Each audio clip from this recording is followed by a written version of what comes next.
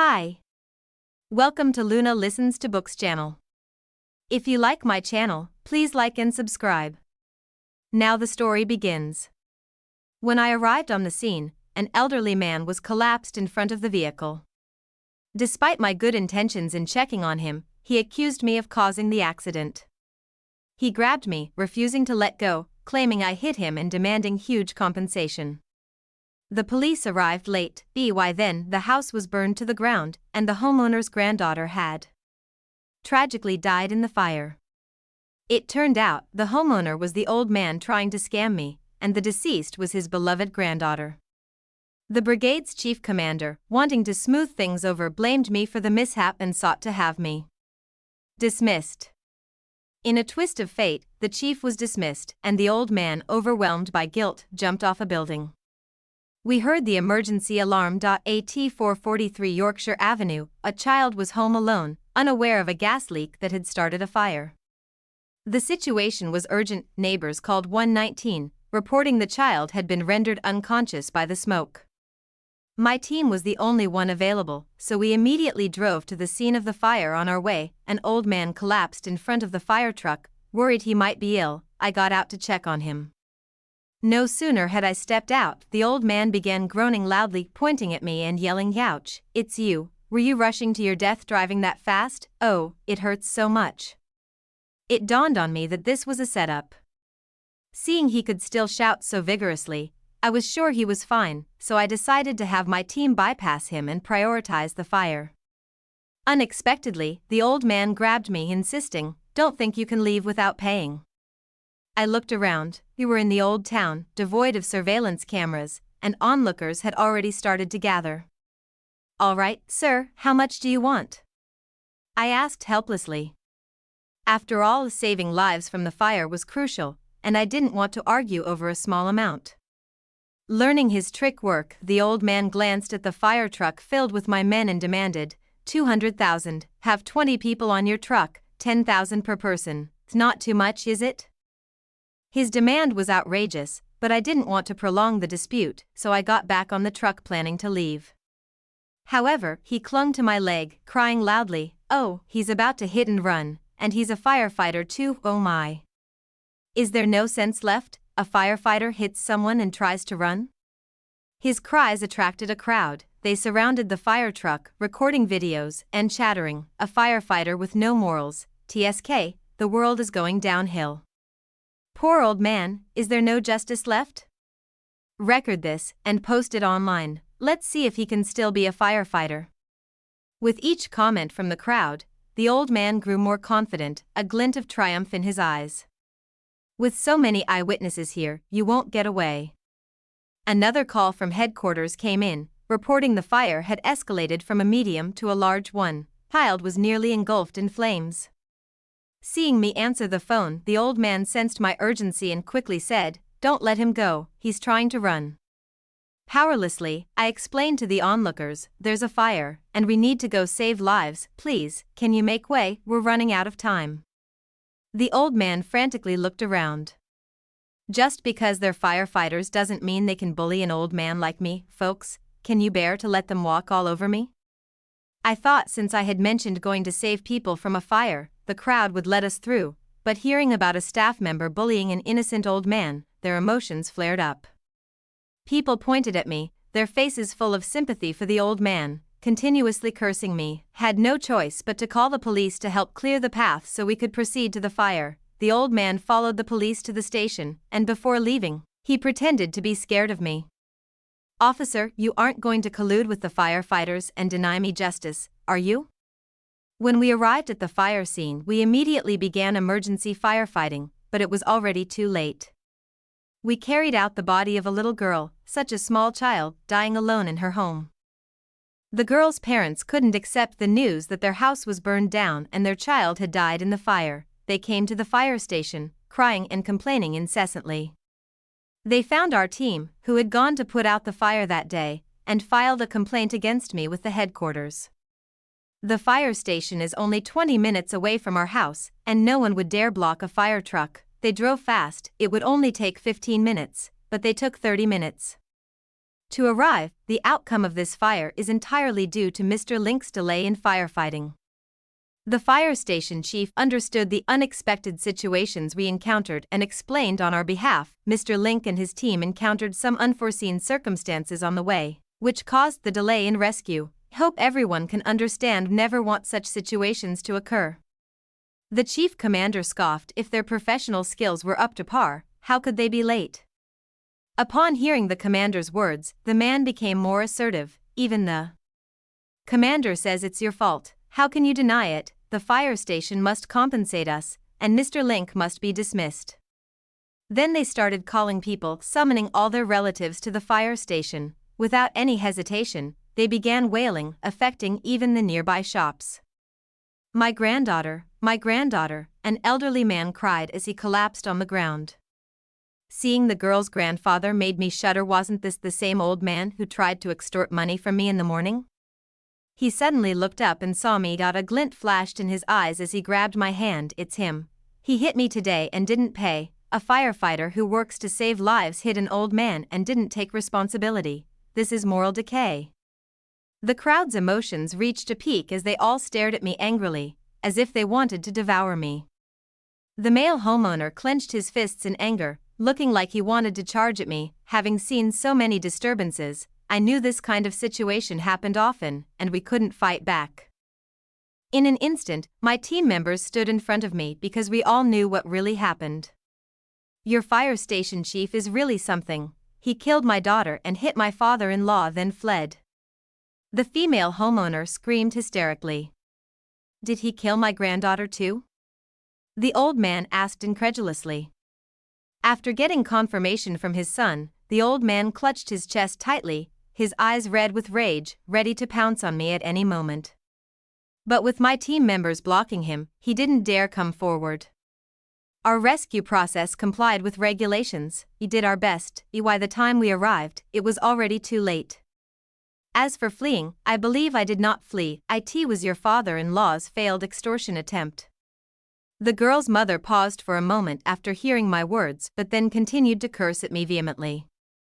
The old man's face turned red as if I had wronged him. He squatted on the ground with a look of grievance, holding his head and crying bitterly. What kind of firefighter is this? He killed my granddaughter and won't admit hitting me today. It's just outrageous.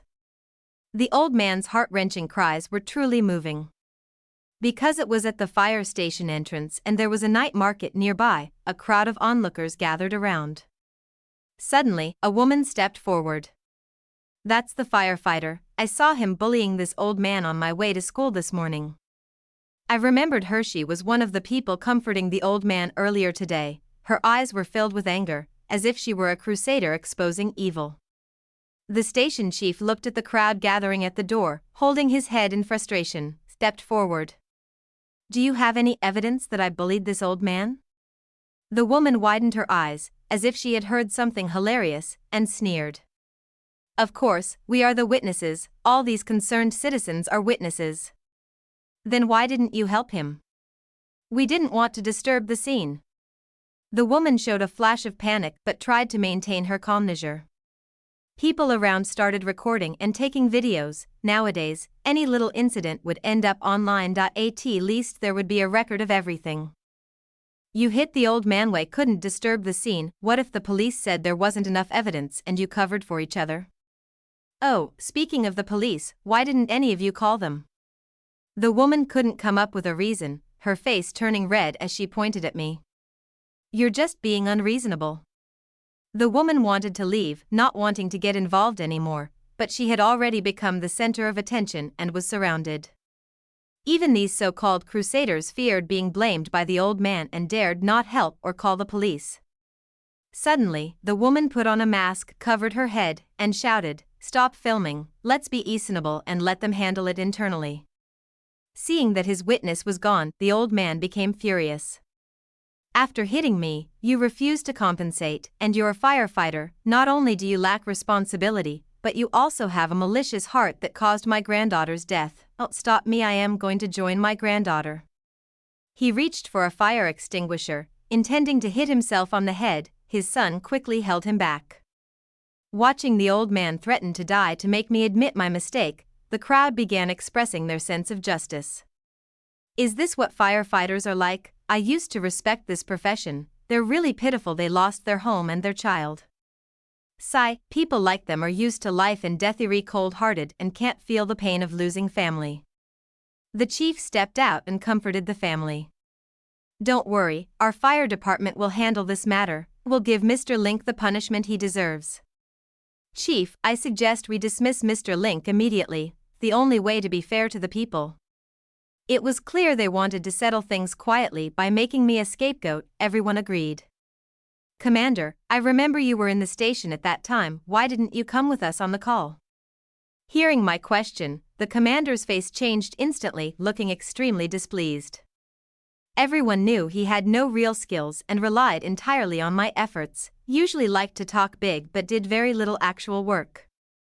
I was quick and effective in firefighting command. She didn't like me but had to rely on me during emergencies. He often made snide remarks but never dared do anything serious against me. Christ, what are you doing? Are you angry now? Do you remember I'm your superior? I didn't want to argue with him, but in others' eyes, it seemed I was afraid. Oh my God, how dare he confront his superior? He must have someone backing him. I've seen bad people before but never someone this bad. I ignored these fair-weather friends who could praise you one moment and curse you the next.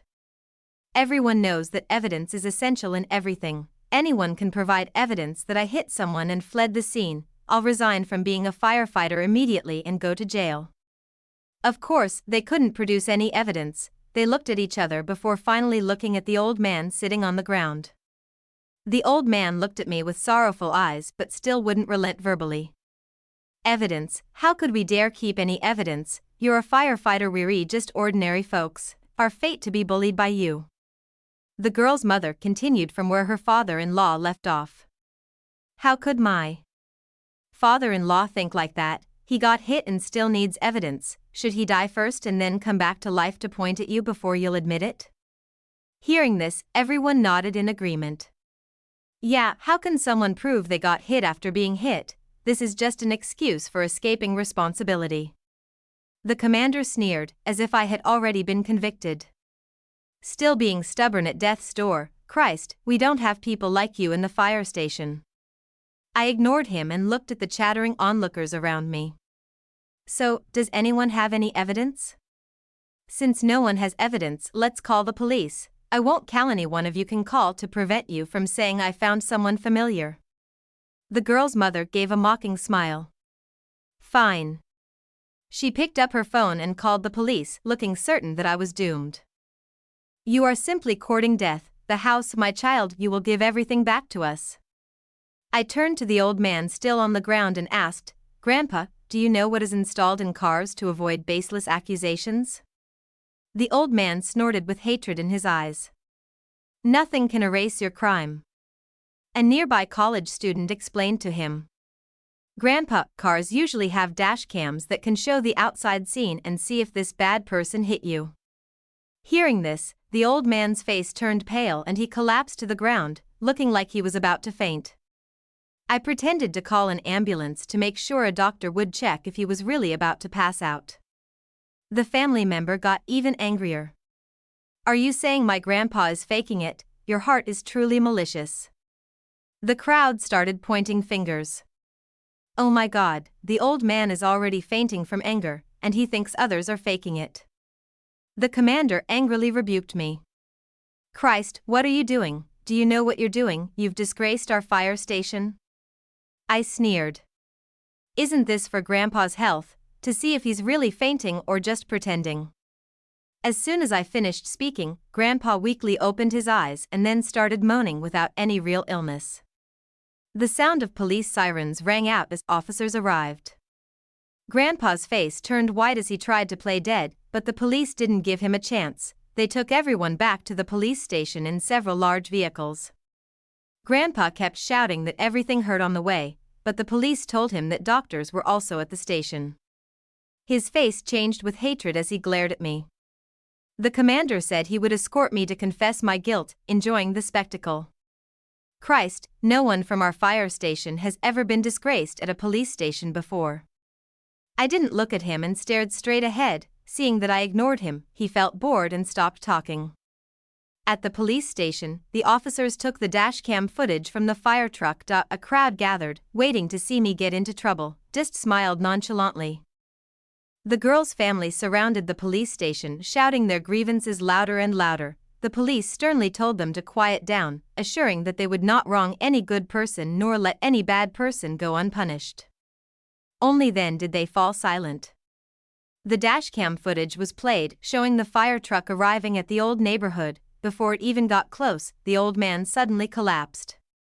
His demand $4.20,000 was clearly audible. The officers' faces grew increasingly grim as they looked at the old man with disdain. The faces of the so-called justice seekers stiffened. They hadn't expected the truth to be so different. The old man trembled, his face turning red. His daughter-in-law looked even more incredulous. "My legs aren't good. I don't know if he was driving too fast and knocked me over," the old man stubbornly insisted, claiming his age made his memory unreliable. His daughter-in-law also clamored, "Even if it was a misunderstanding about Mr. Link, how do you explain Mr. Link accusing my father-in-law of extortion? My father-in-law just has bad legs." I smiled. They really wouldn't shed tears until they saw their own coffin. Had intended to leave them some dignity, but it seemed unnecessary now. I took out my phone and called over a girl. She had seen the live broadcast from the fire station and contacted me. "Classmate, please hand your video to the police." Everyone looked puzzled by my actions. The old man acted defiant. "Do you think calling someone will change the fact that you're slandering me?" The girl opened her camera and played the video she had recorded. In the video, the old man was seen early in the morning at the neighborhood entrance, muttering to himself, "Today I must hit a big one. I've run out of money for gambling these days. My son and daughter-in-law won't give me money. I have to think of something myself." When he saw our fire truck arrive, he chuckled, "A fire truck is so big it must be worth a lot. Those public servants must be in a hurry and won't bother with me. I'll go now. There's no surveillance in this old neighborhood anyway. They can't do anything to me." With that, he threw himself onto the ground. What happened next was self-explanatory. The girl had been filming street scenes in the old neighborhood and accidentally captured this moment. "Thank you, classmate," I said, shielding her behind me. After watching the video, the noisy crowd fell silent immediately. However, being fickle-minded, they began to speak up for me again. They looked at that family with disdain and started muttering softly again. "Isn't this clearly extortion? S20,000, how could he say that with a straight face? Shameless. This family really screwed over those firefighters. That old man is truly despicable." The old man's face turned pale and then red as he trembled and squatted down shakily. The chief commander looked as if he had eaten something disgusting and dared not say another word, standing there like a scolded child. The truth was out. It was clear who had blocked the fire truck and delayed the rescue. "Mr. Link, I didn't mean to. My eyesight is poor, and I didn't know." The old man tried to defend himself. I sneered and asked, "You didn't know? Poor eyesight, yet you could see how many people were in the ambulance and just happened to fall in front of it?" The old man fell silent, his whole demeanor deflated. "So now everyone should know the truth," I said with a cold laugh. The rescue was delayed because this old man staged an accident. He wanted to settle it with money for the sake of people's safety, but he demanded $20,000. If I could get $20,000 from my position, you'd all accuse me of corruption. I turned to the old man's daughter-in-law, who stood frozen. "So who is really responsible for your daughter's death? Think about it, who?" "It's your father-in-law," I continued. "He blocked us, preventing us from leaving, which delayed the rescue." I shook my head and sighed regretfully. The woman was stunned by my words but soon came to her senses. The truth is often cruel, but I didn't think I was wrong. Her face turned pale as she stared at her father-in-law with a mixture of anger and hatred. She lunged at him, ready to hit him. "You old fool, you caused my daughter's death. Why don't you just die? How are you still alive? You're a beast. You claimed to love her, but you killed her, and I defended you." The old man's son made a half-hearted attempt to stop her but didn't put in much effort. his eyes were also filled with hatred for his father. The woman scratched the old man's face with her sharp nails. With disheveled hair, she screamed, "You shameless old man, you dare ask us for money? What filthy deeds have you done, do you dare say? You don't dare, I do." She turned to her mother-in-law with a chilling smile. "Do you know why he was gone for a week? He was detained for harassing college girls. He even tried to give them S-100, and they cursed him as a lunatic. And do you know your house was redeemed? This old fool gambled it away. When we picked him up, he had been stripped by others." The old man's wife looked pale and incredulous. The woman pulled out her phone and showed a video of debt collectors harassing the old man. In the video, he was naked and bruised, begging for mercy. "We owe you nothing, we gave you money, and you killed our daughter. Do you know your son is now infertile? You killed our only hope." The man's pained expression confirmed everything she said. The old man's wife slapped him hard. "How dare you? That house was our wedding home." She went to grab a kitchen knife, intending to split his head open. "You killed my granddaughter, I'll make you pay with your life." Chaos ensued as the police restrained the two women but couldn't control the crowd. Wow, what a scandal, this old man is shameless. Even tigers don't eat their cubs. He killed his granddaughter and blamed others. Disgusting, his daughter-in-law defended him before. Now look. S20000, I'd pay that much to end his miserable life. With someone live streaming the scene, online viewers also began condemning the old man. This twist, never take sides too quickly, but yes, he deserves punishment. May he face scams every day and choke on water. This shameless old man killed his granddaughter and dared cry about it. I were him, I'd have died already. None of this concerned me anymore. With this evidence, I coldly addressed the self-proclaimed righteous crowd around me. You claim justice but are fickle like reeds in the wind. You speak of justice while cyberbullying and insulting others. If there were no dashcam footage or that student filming nearby, no one would see this old man's greed and malice. I have only one mouth. Even if I jumped into the Yellow River, I couldn't clear my name. I spoke coldly. Why aren't you saying anything now? Don't want to speak. Why not accuse me of bullying an innocent old man as a public official? You had no evidence yet spoke of justice freely. You're just venting your own frustrations. You people are unworthy of talking about justice. The crowd murmured apologies while continuing to curse the old man online. The police looked at me with admiration and gave me a thumbs up. I nodded at them, indicating we still had official matters to address. They regained their composure and announced, "What you did to Mr. Link insults rumors. Live streaming violated his rights and caused him mental harm. We'll hold each of you accountable according to the law." The crowd agreed they should be responsible. The police continued, "We will also pursue charges against the old man for extortion and those who caused disturbances at government offices."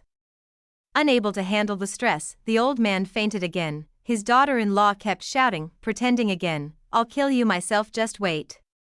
She tried to kick him awake but was stopped by the police. Justice may be slow but never absent. The police detained their entire family while dispersing the onlookers. The old man later woke up but fainted again upon seeing his son and daughter-in-law in detention with him, this time knocked out by his son. I received compensation from those who cyberbullied and insulted me. Happily, I donated this unexpected windfall to children in impoverished areas. When released from detention, the old man's face bore nail marks and bruises, clear signs of who had inflicted them. He bowed his head in apology under police escort. I told him, "You should apologize to your granddaughter." Choking up, he finally broke down in tears as his family took him away. The incident unexpectedly escalated, with news outlets rushing to report it. Initially, only the people in this town knew about it, but soon it became national news. Seeing the overwhelming online condemnation of the old man, I didn't feel any happiness or sense of relief. This old man is truly shameless, harming his own granddaughter and still having the nerve to extort others. TSK really has no sense of shame. Hope he gets extorted when he's in trouble. That commander isn't any good either, folks. I've dug up some dirt on him. DM me for details. The online world is like that, here's always someone digging into everything. I didn't know what they had uncovered, but I had nothing to fear as I had done nothing wrong. Then I received a call for an emergency at 225 Red Maple Avenue. Someone was threatening to jump from a window.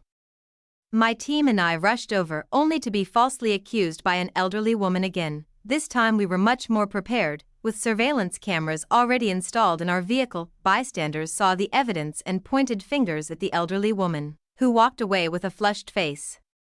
But we were still too late, the person had already jumped.